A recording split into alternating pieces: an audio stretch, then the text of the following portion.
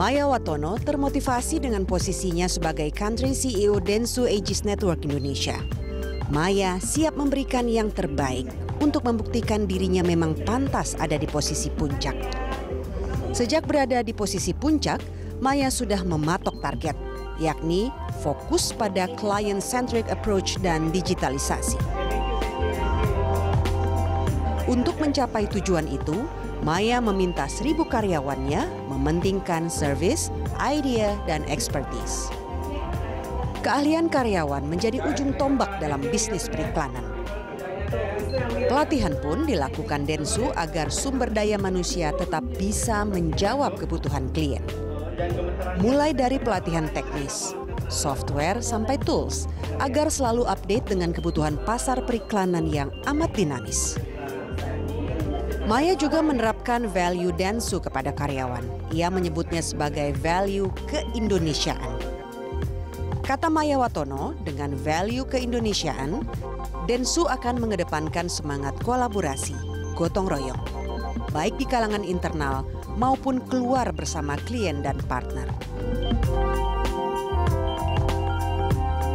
Mbak Maya, ini Dentsu Academy disebutnya. Betul, ini tempat memang, ini di Dentsu Academy. Saya itu agak sedikit ini ya, merhatikan gitu. Biasanya kalau di tempat, di perusahaan yang banyak generasi milenialnya, ini ada ruangan seperti ini memang. Iya. Oh, okay. Jadi ini collaboration room, sekalian training, knowledge sharing. Jadi kita bisa panggil sekitar, but ini actually fit about 50 people. Di sini? Di sini kita ada screen, bisa ada training, knowledge sharing. Lalu kita juga ruangannya bisa dibuka, kita bisa almost 300 people. Di ruangan ini? Di ruangan ini sampai ke depan. Oh, oke. Kalau kita buka semua. Jadi nggak mesti harus semuanya itu dalam bentuk ada meja, kursi, enggak, ya, apa ya? Lebih santai lah. Ruang-ruang rapat gitu ya? Iya, bantal, lebih santai duduk-duduk, ngobrol, collaboration. Dan dengan suasana yang santai itu juga sebetulnya bisa membuat orang merasa lebih produktif? Lebih nyaman, lebih kreatif, hopefully lebih inovatif. Hopefully lebih inovatif, tapi benar nggak itu kejadian? Betul sih, karena kan working space yang lebih open ini kan memang kondusif terutama untuk millennials ya, untuk bekerja dengan lebih, karena millennials ini kerjanya lebih teamwork, lebih kolaboratif. Jadi dengan open space ini lebih kondusif lah untuk kerja. Oke, kita sambil duduk mungkin ya, ngobrolnya ya. Oke, nah itu menarik memang ya kalau kita bicara soal generasi milenial dan sekarang mereka banyak di berbagai perusahaan. Itu memang kenyamanan untuk mereka untuk lebih kreatif, lebih produktif. Itu juga sangat penting ya. Di kita sendiri milenial kita ada hampir 70%. 69% itu milenial under 35. Saya borderline. Ya? Saya borderline, actually agak lebih tua dari saya. Jadi not quite milenial, tapi kita 35 under ada 70%. 70%. Jadi ya memang penting dengan suasana kerja yang lebih open, lebih useful, kolaboratif, open itu lebih kondusif. Dan ini dirasa cocok untuk kaum milenial, generasi milenial. Tapi ternyata cocok juga yang kolonial ya untuk melakukan ini, benar nggak? Betul juga.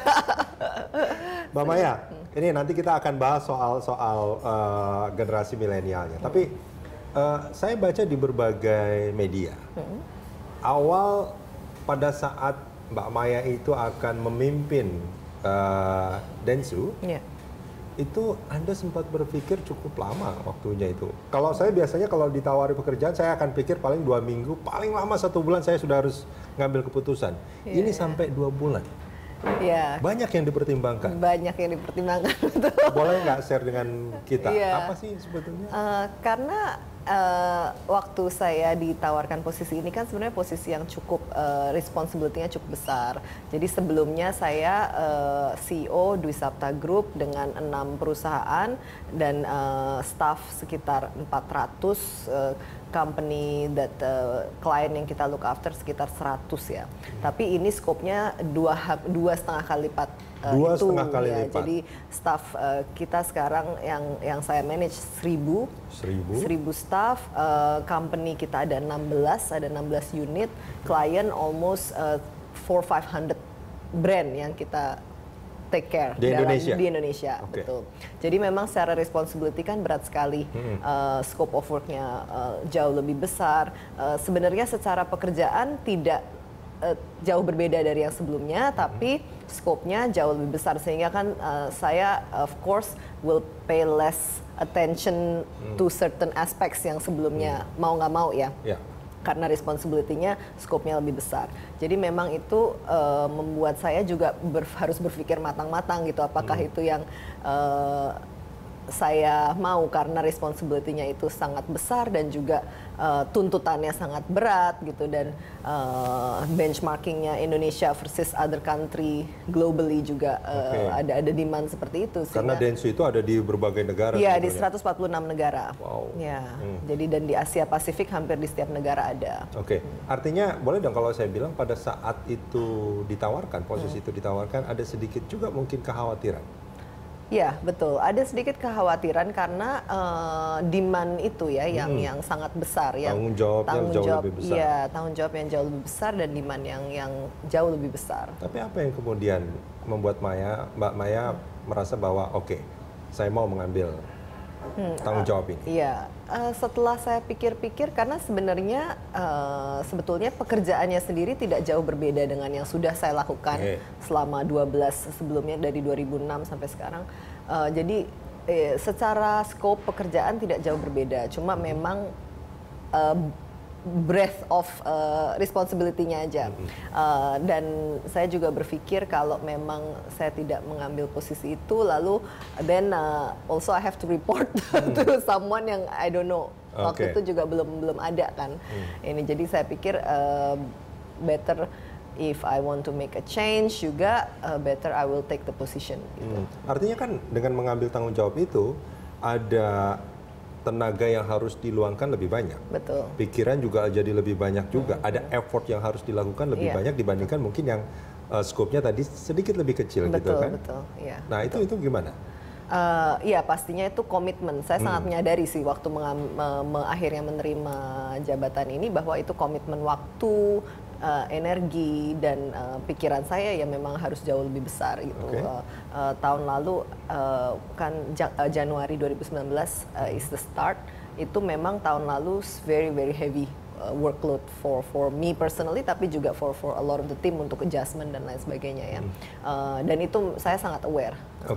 Apa yang kemudian pertama kali Mbak Maya lakukan ketika tanggung jawab ini saya ambil dan saya akan melakukan ini? Apa itu? Visinya maksudnya ya.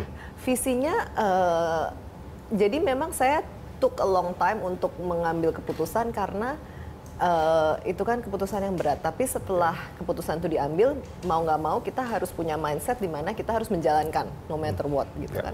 Jadi ya memang kita harus langsung punya goal, ambisi apa gitu. Jadi memang saya waktu itu punya goal, satu adalah growth of the whole unit. Kedua, goal saya adalah kita punya 16 unit yang sangat unik dan kita di Indonesia satu-satunya network agency yang mempunyai satu naungan, one holding ya, which is itu bisnis model yang unik. Jadi visi saya kedua adalah collaboration, integration. Bagaimana 16 unit bisnis ini bisa bekerja sama untuk memberikan yang terbaik untuk klien. So it's a client-centric solution. Nah, bagaimana caranya? Simple, saya waktu Januari 2019 saya mencanangkan satu moto di mana mungkin very simple untuk orang Indonesia adalah gotong royong. Jadi moto kita waktu itu adalah gotong royong. Which is itu value yang sangat Indonesia, semua orang sudah tahu tapi mungkin nggak dijalankan setiap hari. So, bagaimana 1000 orang ini bisa teamwork dan 16 unit bisa berkolaborasi is gotong royong. Bahkan tahun lalu saya ada satu publication Campaign Asia sampai meng-quote gotong royong itu karena nggak pernah ada agency bilang ayo kita gotong royong gitu kan.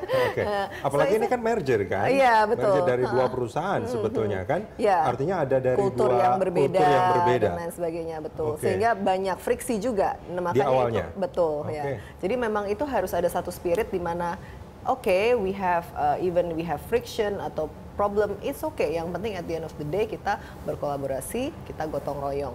Jadi jelas itunya. Jadi growth, lalu saya juga ada visi ketiga adalah digitization. Karena memang kita lihat digital penetration di Indonesia walaupun tidak bisa dihindari. Walaupun memang di Indonesia karena kita 260 juta penduduk dari Sabang sampai Merauke, 16.000 pulau, mau nggak mau memang medium TV itu memang yang penetrasinya masih 97%. Yeah. Tapi digital penetration dengan infrastruktur yang akan makin membaik, government yang akan menuju infrastruktur ke Indonesia Timur, itu pasti akan meningkat dan kita harus siap saat quantum leap itu terjadi. Oke, Mbak Maya, kita jeda sebentar. Kita akan lanjutkan di segmen berikut. Pemirsa jangan kemana-mana, CEO Talk masih akan kembali.